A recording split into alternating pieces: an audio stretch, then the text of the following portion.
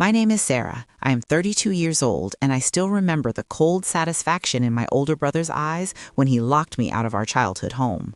He had just drained our late mother's accounts, stealing every penny of the inheritance meant for both of us, leaving me on the street with nothing but a suitcase and a shattered heart. I felt utterly humiliated, but as I wiped my tears, I made a silent vow.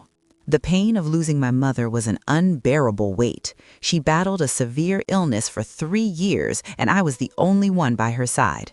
I quit my office job and became her full-time caregiver.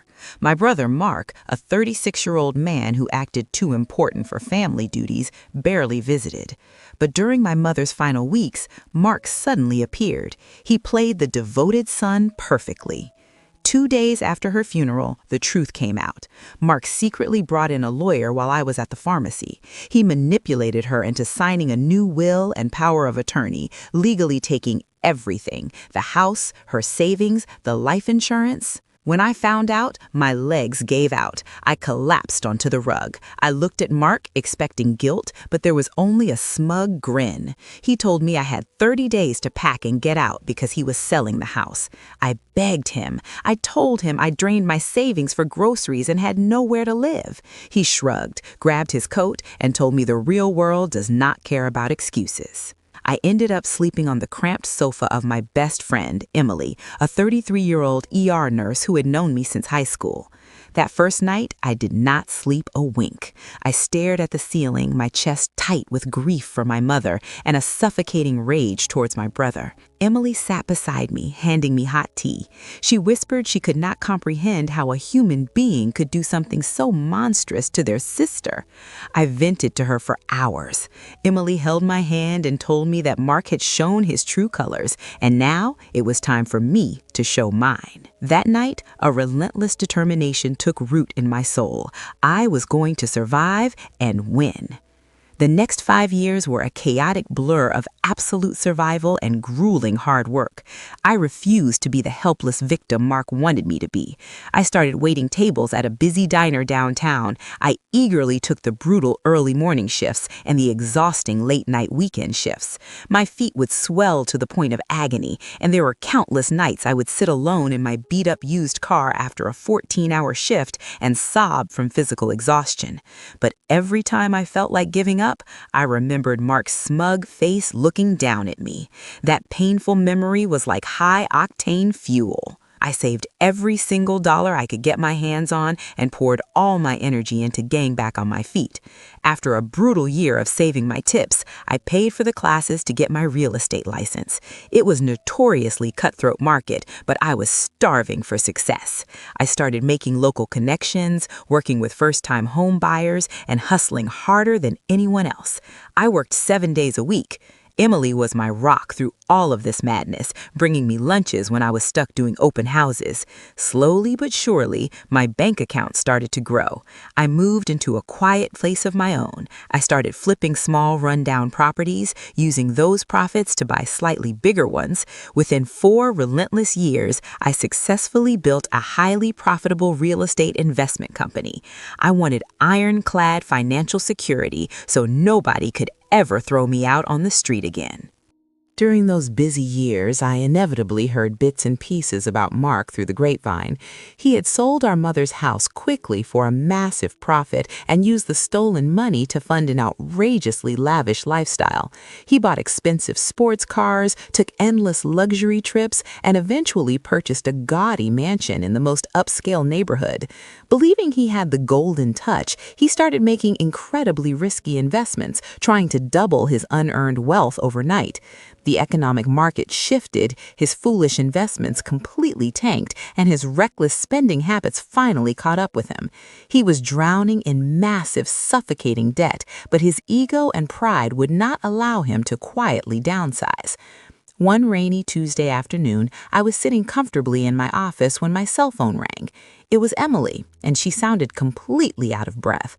She frantically told me to open my email immediately.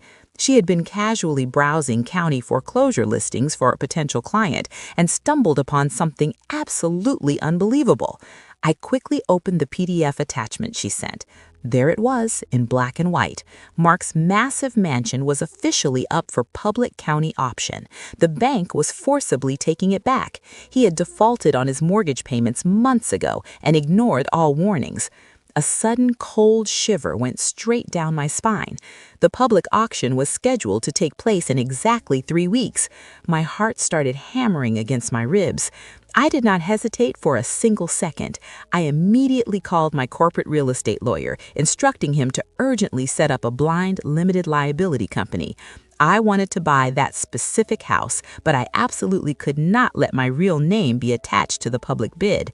If Mark somehow found out his little sister was buying his mansion, he would probably destroy the place out of spite. The morning of the county auction, I nervously sat in my parked car outside the main courthouse. My trusted lawyer was inside the building, aggressively bidding on my behalf using the anonymous LLC. I vividly remembered the terrible day I was thrown out on the street like garbage. I wanted this house so badly to close this traumatic chapter of my life on my own terms.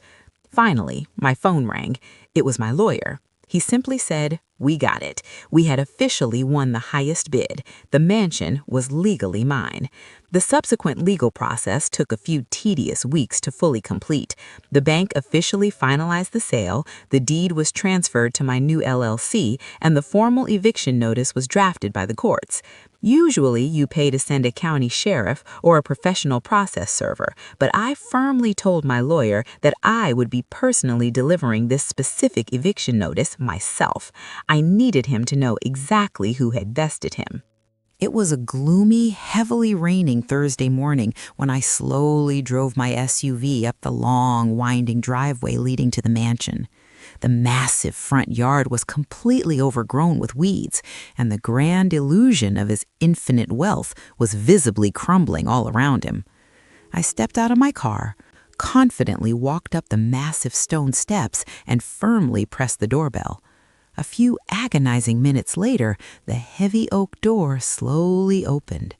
Mark stood there in the doorway wearing a dirty, stained silk bathrobe. He looked at least 10 years older than the last time I saw him. He had deep, dark circles under his bloodshot eyes, and he strongly smelled of stale alcohol and sheer desperation. When his eyes finally focused and he saw me standing there, he completely froze. His eyes frantically darted around the porch, looking incredibly confused. He aggressively asked me what the hell I was doing on his property, loudly telling me to get off his porch right now before he called the police. I did not raise my voice a single decibel. I did not hurl any insults at him. I just stood there, completely calm, firmly holding a thick manila envelope in my hands. I looked him dead in his bloodshot eyes and calmly told him that it was actually no longer his property. I slowly extended my arm and handed him the heavy envelope. He violently snatched it from my hand, fumbling with the clasp. He quickly pulled out the thick stack of legal documents. I silently watched his panicked eyes scan the dense legal jargon.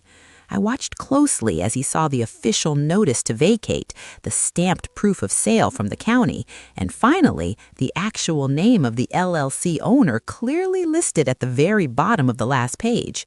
Sarah, his younger sister.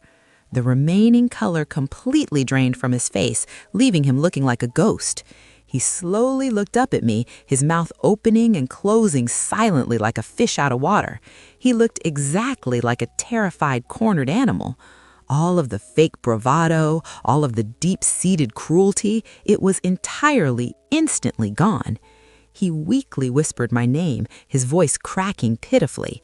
He desperately tried to say it was all a big mistake, that we were still blood family, that we could surely sit down and work something out together. I felt a sudden wave of intense disgust, but underneath it, I also felt a strange, overwhelming peace. The ghost of the scared girl crying on the street was permanently gone. I coldly told him that he had exactly 72 hours to pack his personal belongings and leave the premises, or the county sheriff would physically remove him and throw his things on the lawn. I looked right at him and reminded him that the real world does not care about pathetic excuses. I intentionally used his exact, cruel words against him. The brutal realization of what was happening hit him like a physical blow to the stomach. He physically stumbled back a step, holding on to the expensive doorframe just to keep from falling over. I simply turned around on my heel and confidently walked back down the stone steps to my car. As I slowly drove away, I looked in the rearview mirror one last time. He was still standing frozen in the open doorway, tightly clutching the legal papers to his chest. 3 days later, I quietly sat in my parked car across the street and silently watched as he miserably loaded a few trash bags full of dirty clothes into a cheap moving van. The expensive sports cars were long gone. The illusion of luxury was completely shattered. He looked so incredibly small, so deeply defeated and completely alone. He slowly locked the front door and dropped the keys into the metal mailbox, exactly as my lawyer had instructed him to do.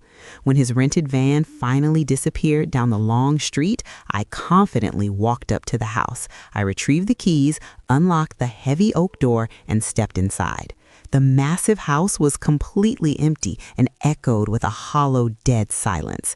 I slowly walked through the grand rooms, feeling absolutely nothing for the physical space itself. But I felt a deep respect for the resilient woman I had become to get myself here. I immediately listed the mansion with my own real estate brokerage. I sold it to a wealthy tech executive 2 months later for a very substantial profit, securely adding the massive sum to my growing investment portfolio. I never spoke a single word to Mark again. I heard through the grapevine that he eventually moved to a cheap motel a few states over, working a grueling minimum wage job to pay off his mountain of remaining debts.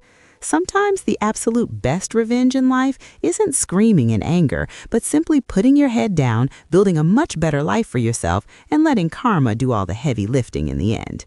Would you have done the exact same thing if you were forced into my shoes? Until the next story.